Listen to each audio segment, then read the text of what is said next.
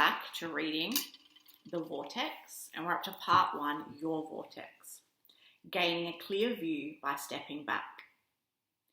While we are eager to rendezvous with you right where you are in order to help you improve every relationship that is currently active in your experience, it will be of value for you to first relax and walk with us down the path of the usual human interactions experienced from the time of physical birth until the time of physical death.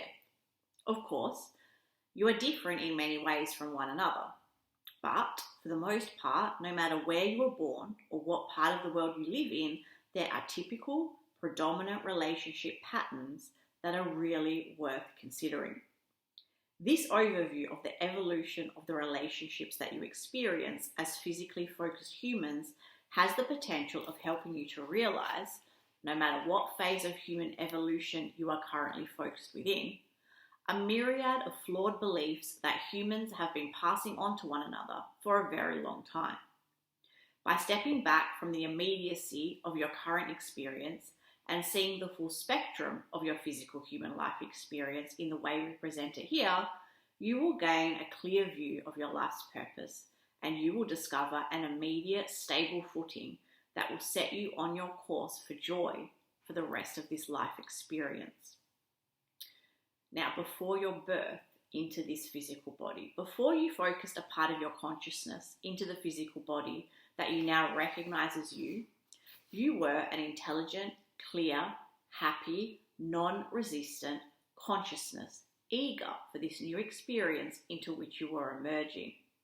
Before your birth, the only relationship you experienced was your relationship with your source. But since you were at that time non-physical and therefore non-resistant, you experienced no discernible separation and therefore no discernible relationship between you and source. You were source.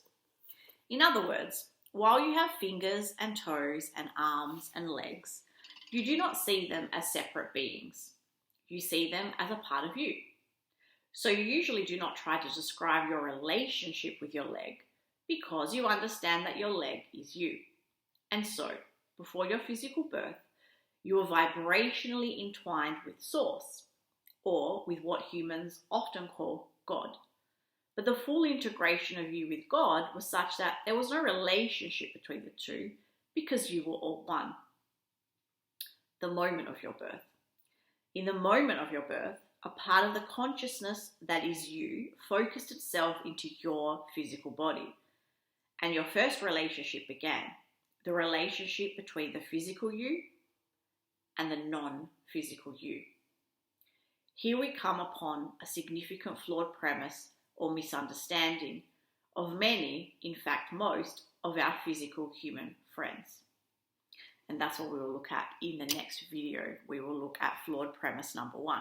Now, this is really key, and I was just before starting this recording today, listening to an interview with Dr. Joe Dispenza, who I'm very much interested in, and I love the way that he puts science towards what Abraham has been telling us and many of the other channeled entities. And he was talking exactly about this, about how because of our senses, and obviously your senses really start to activate at some point during the 9 months that you are a fetus and being formed, your senses begin. And then of course at the moment of your birth, your senses are in full, like it's like an onslaught of these senses, making the 3D reality seem very real, more real than the non-physical. Okay, so that's at that point through the senses that the 3D seems more real than the non-physical, but it's only because of how we use our senses and how we interact with them. It's not actually that the 3D is more real. In fact, it's less real than the non-physical. It's a real illusion that you're born into and that the senses exemplify and magnify. Now, with your senses, what you use them for, as Dr. Joe Dispenza was saying, is to narrow your focus. And it's in the narrowing of the focus that you wire the patterns in your brain. so that you experience a particular reality over and over again. So that if you have decided that all people are mean, or that you live in a dog-eat-dog world, that narrowed focus that you've created around relationships has come about because of the centering and the focus that you achieve through the senses. Whereas in non-physical, from that point of view, there is no separateness, we're all one. And in Dr. Joe Dispenza's meditations, if you've ever heard about them, he talks about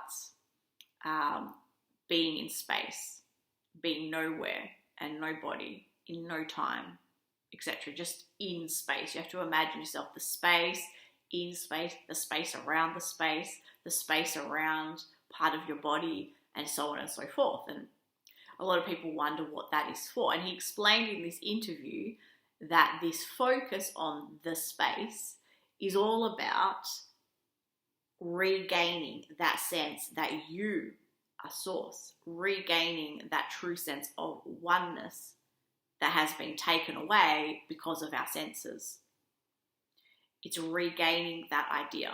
So I don't know what Abraham is going to go on to say, but for today, I would like to say that you would benefit from finding any way that you can to remember this oneness and to experience it and feel it, to remember the non-physical and to align more with the non-physical than you do with so-called 3D reality. Because that is the essence of who you are.